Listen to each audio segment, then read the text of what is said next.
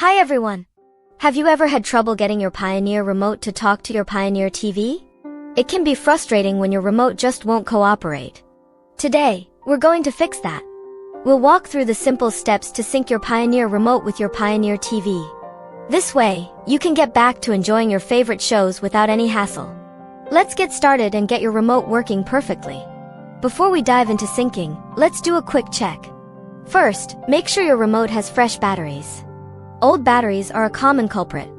Replace them, even if you think they're fine. Second, ensure there's nothing blocking the signal path between your remote and your TV. Clear any obstacles. Point the remote directly at the TV's sensor. If you have the original remote that came with your Pioneer TV, it usually doesn't need syncing in the traditional sense. It should work right away. If it doesn't, it might be a battery issue or a faulty remote. If you're using a universal remote or a replacement remote, then syncing is definitely what you need to do. Is your remote the original one that came with your Pioneer TV? Or is it a universal remote designed to work with many brands? This distinction is important. If it's a universal remote, you'll likely need to program it. If it's the original, and batteries are good, the remote itself might be broken, or the TV's IR receiver might have an issue. For this video, we're focusing on programming universal remotes or replacement remotes to work with your Pioneer TV. Most universal remotes use a code entry method. First, you'll need a Pioneer-specific code. You can usually find these codes in your remote's manual.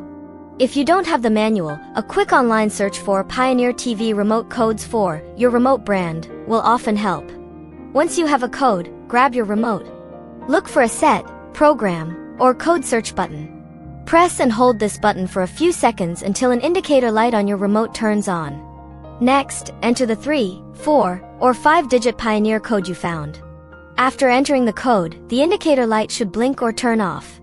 This signals that the code has been accepted. Now, test your remote. Try turning the TV on and off, changing channels, and adjusting the volume. If it works, great! You're all set. If not, try another Pioneer code from your list.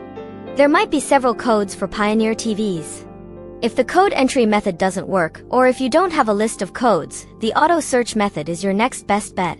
This method makes the remote scan through codes until it finds the right one. Again, press and hold the Set, Program, or Code Search button on your remote until the indicator light comes on. Instead of entering a code, you might then press the Power button once, or a specific TV button, or even press Channel Up repeatedly. Your remote's manual will specify the exact button. The remote will then start sending out different codes. Point the remote at your Pioneer TV and wait. When your TV turns off, or changes channel, or responds in some way, immediately press the Enter or Stop button on your remote.